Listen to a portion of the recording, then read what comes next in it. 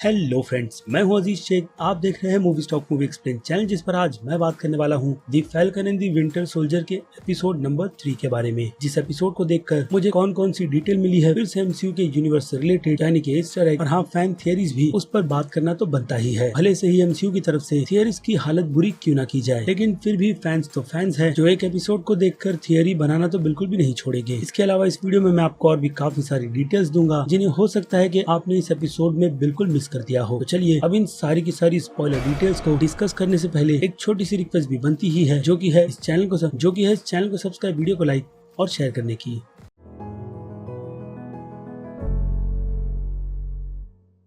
So friends, तो इसके episode number 3 की शुरुआत होती है एक एड से, जिसका कोई भी लेना देना वांडा विजन की सीरीज से नहीं है, बल्कि ये एड हमें पूरी तरीके से हल्क के फिंगर ब्लिप होने के बाद की स्टोरी बताते हैं, यानी कि 5 साल बाद की, जिस ब्लिप से यूनिवर्स की सारी पॉपुलेशन फिर से वापस आ गई थी। और अब इतने साल बाद लोग अचानक से एक ऐसी दुनिया में आ जाएंगे जो उनके लिए पूरी तरीके से नहीं है, तो लोगों को सेटल भी करना होगा और उन्हें ही सेटल करने का काम ये जीआरसी करते हैं, जिसका पूरा फुल फॉर्म आपको स्क्रीन पर दिख रहा है। और जीआरसी के काम को प्रोटेक्ट करने की जिम्मेदारी नए कैप्टन अमेरिका और उसके बकी की है, जिनके लिए तकलीफ पूरी तरीके से फ्लैश स्मैशर बन चुके हैं, क्योंकि वो लोग इस जीआरसी और उसके पूरे के पूरे सिस्टम से ही बहुत ज्यादा नफरत करते हैं, या फिर क्लियरली कहूँ तो गवर्नमेंट से, जिनका ध्यान यहाँ पर रह रहे लोगों पर बिल्कुल भी नहीं। यानी कि वो लोग जो थैनोस के फिंगर स्नैप के बाद इस दुनिया में मजे से घूम रहे थे। और ये एपिसोड हमें ये चीज भी बताता है कि क्यों काइली और उसके जैसे लोग इस सरकार से बहुत ज्यादा नफरत करते हैं, जिसका रीजन भी सिंपल है, जो अभी मैंने आपको बताया कुछ ही देर पहले, कि सरकार का पूरा ध्यान फिंगर ब्लिप से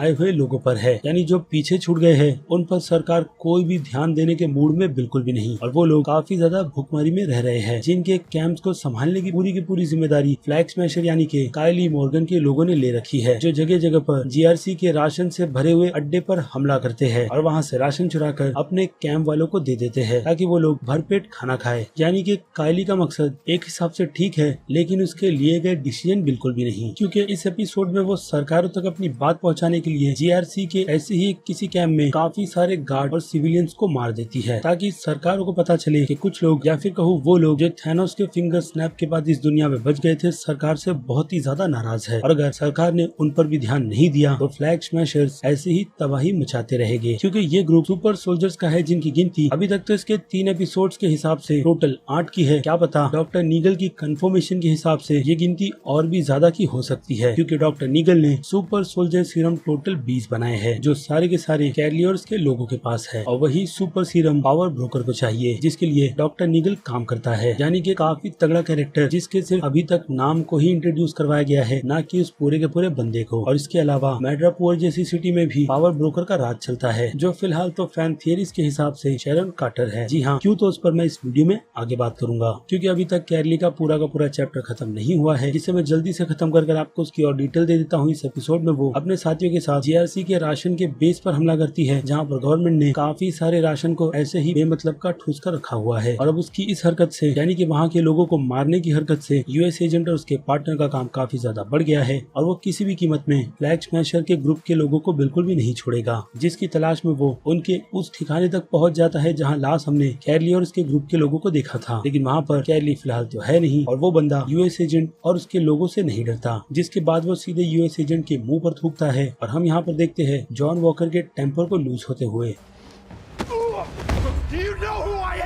जो असली कैप्टन अमेरिका बिल्कुल भी नहीं करते। ये चीज शायद कहीं ना कहीं फैंस को यही हिंट दे रही है कि यूएस एजेंट कैप्टन अमेरिका बनने के लायक नहीं, क्योंकि एक तो वो काफी ज्यादा घमंडी और बहुत ही ज्यादा उड़ू है, जो कैप्टन अमेरिका के नक्शे कदम पर चलने के लिए किसी भी लाइन को क्रॉस कर सकता है। जैसे कि अगर इस सीन में अगर बाकी और लोग ना होते तो वो पक्का इस बंदे को यहाँ पर जान से मार देता। अब जॉन वॉकर के कैरेक्टर को लेकर मैं ये बात मार्वल लेजेंड्स के फिगर को लेकर कर रहा हूँ, जिसकी एक पिक ऑफिशियली हो गई है लीक, जिस लीक में हम जॉन वॉकर को उसके कैप्टन अमेरिका के कॉस्ट्यूम में नहीं बल्कि यूएस एजेंट के कॉस्ट्यूम में देखते हैं, वो भी सीरीज के ऑफिशियल जॉन वॉकर के कैरेक्टर को, जिसका मतलब साफ है कि इस सीरीज के एंड या फिर आगे आने वाले एमसीयू के फ्यूचर में इस कैरेक्टर का पूरी तरीके से होगा आसोल परिवर्तन, जिसकी फिलहाल तो मैं अभी के लिए गारंटी बिल्कुल भी नहीं लूंगा, क्योंकि आप सभी को पता है कि एमसीयू की तरफ से फैन थ्योरी का क्या हाल होता है। और उसके बाद इस एपिसोड में यूएस एजेंट और उसके पार्टनर की एंट्री बाद में फिर से दिखाई जाती है, जहाँ पर वो लोग इन्वेस्टिगेशन कर रहे हैं अगेन फ्लैग स्मैशर के लोगों को ढूंढने की, जहाँ पर उनकी तलाश उन्हें सीधे बैरन जीमो के एस्केप के पास ले आई है। जी हाँ, बैरन के कैरेक्टर को बकी ने काफी आसानी से, या फिर कहूँ बस एक की कार्ड की मदद से एक काफी हाईटेक फैसिलिटी से निकलवा दिया है, क्योंकि इसके सेकंड एपिसोड में आपको याद होगा कि बकी यही कहता है कि उनके पास बैरन ज़ीमो के अलावा दूसरा कोई रास्ता नहीं। अगर उन्हें सुपर सोल्जर्स की सीरम के बारे में और भी पता लगाना है तो कैसे और कितने सीरम है और कितने सुपर सोल्जर्स अभी के लिए बाहर खुले घूम रहे हैं। इसलिए जब बकी वहाँ पर बैरन से मिलने के लिए जाता है तो सबसे पहले वो सैम को बाहर रुकने के लिए कहता है, क्योंकि ज़ीमो को सुपर हीरोज पसंद नहीं है और उसके पहले उसने सुपर हीरोज का क्या हाल किया था सिविल वॉर फिल्म में, ये बात सभी फैंस को पता है। और हाँ, एक रीजन और है सैम को बकी का बाहर रुकाने का, जो कि है बैरन को उस फैसिलिटी से निकालने का, जिसके लिए सैम बिल्कुल भी एग्री नहीं होता। इसलिए बकी ने अपने इस प्लान को पहले ही रेडी कर रखा था, जिसके बाद वो सैम को अपना प्लान समझाता है कि कैसे बैरन को हाईटेक सिक्योरिटी से बाहर निकालना है, जो प्लान सैम को काफी ज्यादा बचकाना लगता है। लेकिन एमसीयू के यूनिवर्स में ये प्लान भी वर्क करता है। इसलिए ज़ीमो अब बिल्कुल आजाद खुला सैम और बकी के साथ है और उनका अगला मिशन है सुपर सीरम और सुपर सोल्जर्स को ढूंढने का, जिसके लिए उन्हें उनकी तलाश सीधे एमसीयू के यूनिवर्स के मैड्रिपोर की सिटी ले जाती है, जिस सिटी के बारे में मैं आपको पहले भी बता चुका हूँ। लेकिन अब falcon and the winter Soldier के एपिसोड के हिसाब से भी उस बात को रिपीट करना तो बनता ही है कि ये सिटी एमसीयू या फिर कह लो मार्वल के कॉमिक बुक के यूनिवर्स में उन लोगों के लिए एग्जिस्ट करती है जो लोग क्राइम जैसी चीजों को करना बिल्कुल भी नहीं छोड़ते, और इस सिटी में सब कुछ बिल्कुल लीगल है। लेकिन एमसीयू के यूनिवर्स में वो सब कुछ लीगल पावर ब्रोकर के अंडर आता है, जिसने डेफिनेटली ये सब कुछ थैनोस के फिंगर स्नैप होने के बाद ही बनाया है, यानी कि एक ऐसी क्रिमिनल सिटी जहाँ पर गवर्नमेंट का राज बिल्कुल भी नहीं चलता और यहाँ तक कि दूसरे स्टेट्स की करेंसी भी। और हाँ, भले से ही ये सिटी एमसीयू के यूनिवर्स में कई सौ साल से एग्जिस्ट क्यों ना करती हो, लेकिन जिस तरीके से इस सिटी की पावर अब जाकर डेवलप हुई है उसका रीजन तो थैनोस का फिंगर स्नैप ही लग रहा है मुझे अभी के लिए। और बाकी फैंस को तो ये बात पता ही होगी कि इस सिटी में ज्यादातर तो अपने टाइम को स्पेंड करने का काम वुल्वरीन ही करता है, इसलिए उसका रेफरेंस हमें इस एपिसोड में दिया गया है, जैसे कि प्रिंसेस बार और स्माइलिंग टाइगर का कैरेक्टर, जो दिखने में थोड़ा थोड़ा वुल्वरीन के कॉमिक बुक के कैरेक्टर की तरह तो लगता ही है। बाकी उसकी हाइट काफी ज्यादा छोटी है, इसलिए यहाँ पर सेल्वी सैम को देखकर उसकी हाइट का सबसे पहले ताना मारती है कि जैसा उसके बारे में सुना था दिखने में वो बिल्कुल भी वैसा नहीं है हाइट को लेकर। बाकी स्माइलिंग टाइगर की शक्ल को लेकर बात की जाए तो हाँ, वो सैम से काफी ज्यादा मिलती जुलती है, लेकिन अभी के लिए उसका कोई भी ऐसा प्रॉपर एक्सक्यूज नहीं दिया गया। लेकिन हो सकता है कि इस एमसीयू की यूनिवर्स की स्माइलिंग टाइगर की हाइट सच में सैम से कई ज्यादा कम हो। और मैड्रिपोर की सिटी के बारे में और भी थोड़ी बहुत डिटेल्स की बात करें तो इस सिटी को 1800 के टाइम पीरियड के अराउंड कुछ पायरेट्स लोगों ने बनाया था, जिसकी ज्यादा जानकारी के लिए मुझे लगता है आपको जैकी चैन की प्रोजेक्ट एक फिल्म को देखना चाहिए जो आई थी 1983 में। तो उस फिल्म में भले से ही ड्रैगन मिल अपने साथियों के साथ मिलकर उन पायरेट्स को रोकने में कामयाब होते हैं, लेकिन एमसीयू के यूनिवर्स में उन पायरेट्स ने मैड्रिपोर जैसी सिटी बना ली है। और हाँ, बाय द वे, प्रिंसेस बार और पावर ब्रोकर के इस ग्रिफिटी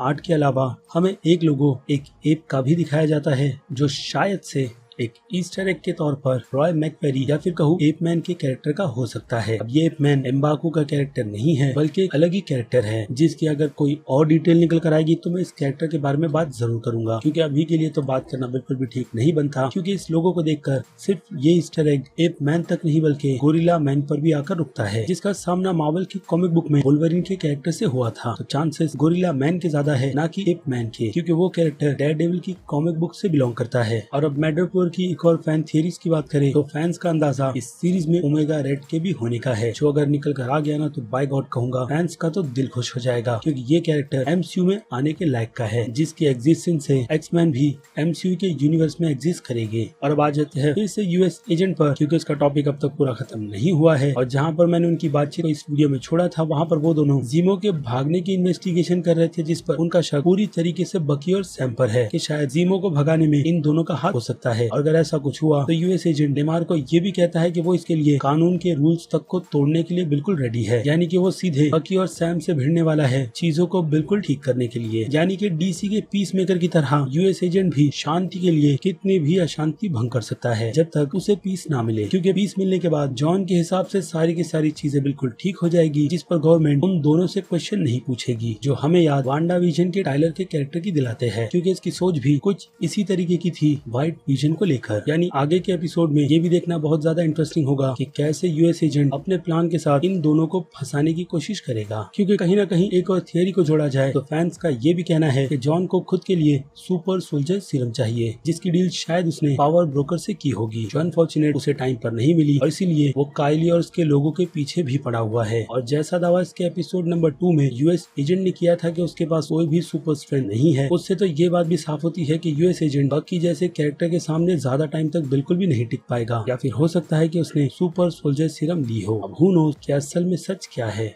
तो चलिए अब इन सभी कैरेक्टर से हटकर आते हैं इस स्टोरी के मेन कैरेक्टर्स पर, और हाँ उनकी स्टोरी पर भी, जिसमें हमें पता चलता है कि जीमो एमसीयू के यूनिवर्स का ब्रूस वेन है, यानी कि खानदानी रईस जिसके पास खुद का प्राइवेट प्लेन, क्लासिक कार्स के कलेक्शन और यहाँ तक कि अल्फ्रेड जैसा बटलर भी है। जिस कार कलेक्शन की जगह पर जीमो बकी को रुकने के लिए कहता है, जहाँ बकी सैम को उनके एस्केप का प्लान बताता है और बाद में जीमो वहाँ पर आकर अपने जेल के गेटअप को चेंज करता है, जिसमें हमें दिखाया जाता है मार्वल के कॉमिक बुक के बैरन जीमो का असल मास्क, जो मेरे हिसाब से मुझे लगता है और इसी का नहीं बल्कि हेलमेट जीमो के पिता बैरन हेनरी जीमो का है, जिसे बाद में कॉमिक बुक में हेलमेट जीमो ले लेता है। जिससे ये बात भी साफ हो जाती है कि हेलमेट जीमो की भी हिस्ट्री एमसीयू में काफी लंबी है, जिसे अभी तक पूरी तरीके से एक्सप्लोर नहीं किया गया। और जिस तरीके से सिविल वॉर के बाद इस कैरेक्टर में चेंजेस किए गए हैं, उससे अब इसके डाउट और भी काफी ज्यादा बढ़ जाते हैं, क्योंकि ये बंदा मेट्रोपोल सिटी में हमें इतने किलर मूव्स देता है कि असल में डांस किया कैसे जाता है। और हाँ, इसके अलावा एक अच्छा सा छोटा एक्शन सीक्वेंस भी, और ऊपर से मेट्रोपोल सिटी में जाकर जैसे हेलमेट लोगों से घुल मिल जाता है, उससे ये बात भी साफ होती है कि जीमो ने भी अपना ज्यादातर तो टाइम इस मेट्रोपोल सिटी में बिताया है, इसलिए लोग वहाँ पर उसे काफी अच्छी तरीके से पहचानते हैं। जहाँ पर उनकी तलाश उन्हें सैली नाम के बंदे को ढूंढने के लिए ले आई है, जिसे सिटी में रह रहे लोगों के बारे में अच्छी खासी जानकारी है, लेकिन इसके बदले उसे कुछ देना होगा, जो जीमो यहाँ पर बकी को विंटर सोल्जर बनाकर लाया है। यानी कि बकी के बारे में भी मेट्रोपोल की सिटी के लोगों को ज्यादा कुछ पता नहीं कि कैसे उसे गवर्नमेंट की तरफ से माफ कर दिया गया है और वो अपनी अब नॉर्मल सी जिंदगी जी रहा है। बल्कि मेट्रोपोल वाले लोगों को अब भी यही लगता है कि बकी को कंट्रोल अब भी हाइड्रा के लिखे गए कोड से किया जा सकता है, जिसे लेकर सबसे पहले ट्राई जीमो ही मारता है उस सेल में, और बकी उसे कहता है कि अब वो पहले जैसा विंटर सोल्जर बिल्कुल भी नहीं रहा। पर कहीं ना कहीं जीमो को ऐसा लगता है कि बकी अब भी विंटर सोल्जर है। फिर तो जीमो के प्राइवेट जेट में बैठकर वो लोग मेट्रोपोल आते हैं और सैबी नाम की बंदी से भी मिलते हैं, यानी कि काफी खतरनाक मिशन चलाया जा रहा है, जहाँ पर गलती उनके लिए मौत साबित होगी। और पता नहीं सैम ऐसी सिचुएशन में अपने फोन को ऑन क्यों रखता है, जिससे उसकी सैम की आइडेंटिटी सेल्बी के सामने रिवील हो जाती है। और वो जैसे ही उन लोगों को मारने का ऑर्डर देती है, तो सेल्बी को बाहर से कोई सीधे गोली मार देता है, और यहाँ तक कि वो शख्स उन तीनों को प्रोटेक्ट भी करती है, जो और कोई नहीं बल्कि शेरॉन कार्टर है, जिसने इन 5 सालों में पेंटिंग्स को चोरी कर अपना एक अच्छा खासा राज मेट्रोपोल के बाहर शरीफ लोगों की सिटी में बना लिए है। क्योंकि शेरॉन भी वांटेड है कैप्टन और सैम की मदद करने के लिए, इसलिए सैम उसे भी ऑफर देता है कि वो उसके नाम को बिल्कुल क्लीन करवा लेगा, ठीक बकी की तरह, अगर वो उन लोगों की मदद डॉक्टर नेगल को ढूंढने में करेगी तो। और फिर क्या इतने अच्छे ऑफर को शेरॉन कैसे ठुकरा सकती है, इसलिए वो ऑफर एक्सेप्ट कर डॉक्टर नेगल के सीक्रेट बेस का पता लगा लेती है। और वैसे देखा जाए तो शेरॉन के साथ बिल्कुल भी अच्छा नहीं हुआ, क्योंकि जिसके लिए शेरॉन ने सारे के सारे रूल्स को तोड़ा था गवर्नमेंट के, उसने शेरॉन को छोड़ दिया, यानी कि कैप्टन अमेरिका, और सीधे उसकी आंट पैगी कार्टर के पास चले गए। और राइटर्स की तरफ से जो बात कंफर्म की गई थी कि शेरॉन और स्टीव का ब्रेकअप भी होता है, जिसकी कहानी उन्होंने लिखी थी, लेकिन बाद में एमसीयू की तरफ से उस स्टोरी को एक्सप्लेन बिल्कुल भी करने की परमिशन केविन फेगी की तरफ से नहीं दी गई। इसका रीजन शायद शेरॉन के कैरेक्टर की डेवलपमेंट को लेकर हो सकता है, जिसमें अगेन फैंस की थियरी उससे ही पावर ब्रोकर बता रही है। और अगर उनके प्रूफ्स की अब बात कर ले, तो शेरॉन काफी आसानी से डॉक्टर नेगल का पता मिल जाता है, जहाँ पर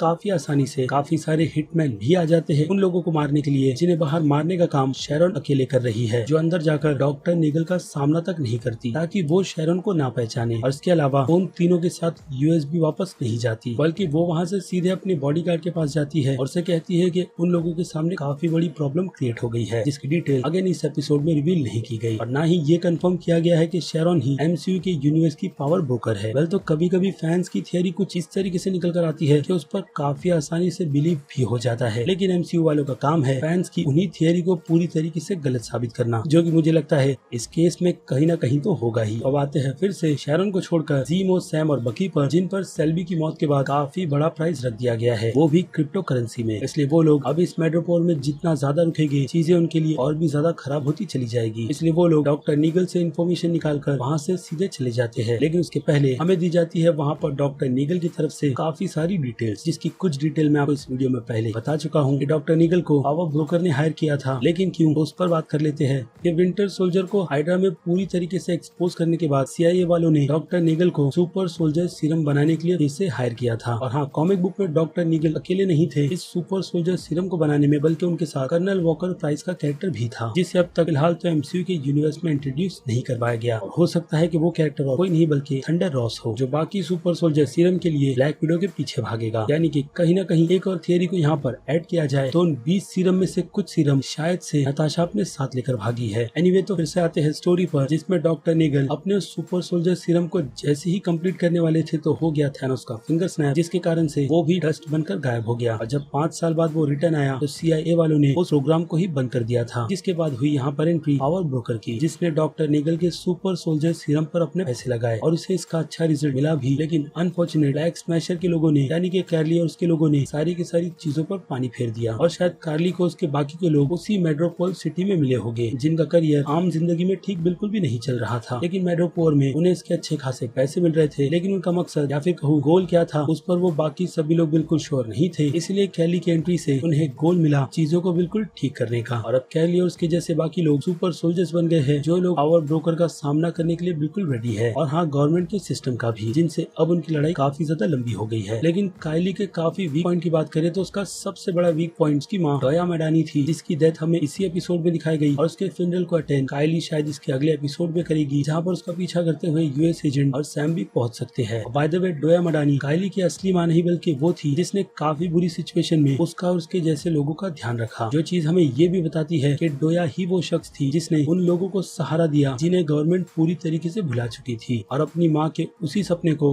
कायली एक बिल्कुल ही गलत रास्ते पर चलकर पूरा करने की कोशिश कर रही है, जिसकी बीमारी को ठीक करने के लिए वो डॉक्टर नेगल तक से कांटेक्ट करती है काफी ज्यादा रिस्क लेकर कि क्या वो डॉक्टर कोई ऐसी दवाई बना सकता है जिससे उसकी माँ ठीक हो जाए। लेकिन डॉक्टर नेगल उसे साफ साफ मना कर देता है। और अब बात कर ले डॉक्टर नेगल के उस सुपर सोल्जर बनाने के सीरम के सीक्रेट को, तो उसे CIA वालों ने मदद की थी एक सोल्जर्स के ब्लड सैंपल को देकर, जो ब्लड सैंपल डेफिनेटली आइजिया ब्रैडली का है, जिसका नाम प्लेन में मेट्रोपोल सिटी से जाते वक्त जब सैम लेता है तो वहाँ पर जीमो के रिएक्शन को भी देखना बनता है, जो किसी भी हालत में सुपर सोल्जर्स को बिल्कुल भी जिंदा रहने की परमिशन नहीं देता। इसलिए वो वहाँ पर डॉक्टर नेगल की बातचीत खत्म होते के साथ में ही उसका टिकट काट देता है, यानी कि जान से मार देता है। और यही हाल वो ब्लैक स्मैशर के लोगों का भी करेगा, यानी कि सारे के सारे सुपर सोल्जर सीरम लिए हुए उन सुपर सोल्जर्स का। और इसके अलावा कॉमिक बुक के इस की बात करें तो डॉक्टर नेगल का कैरेक्टर वही कैरेक्टर है जिसने कॉमिक बुक में आइजिया ब्रैडली को सुपर सोल्जर सीरम की मदद से बनाया था, जिससे अपने सीरम को लेकर इतना ज्यादा कॉन्फिडेंट है कि वो सीरम डॉक्टर एस्किन से भी काफी ज्यादा परफेक्ट बनाई गई है, जिसे लेकर लोग बिल्कुल आम दिखते हैं, लेकिन वो लोग असल में सुपर सोल्जर्स है। और यही बात शायद जीमो को बिल्कुल भी पसंद नहीं आती। और फिर उसके बाद वो तीनों सीधे निकल पड़ते हैं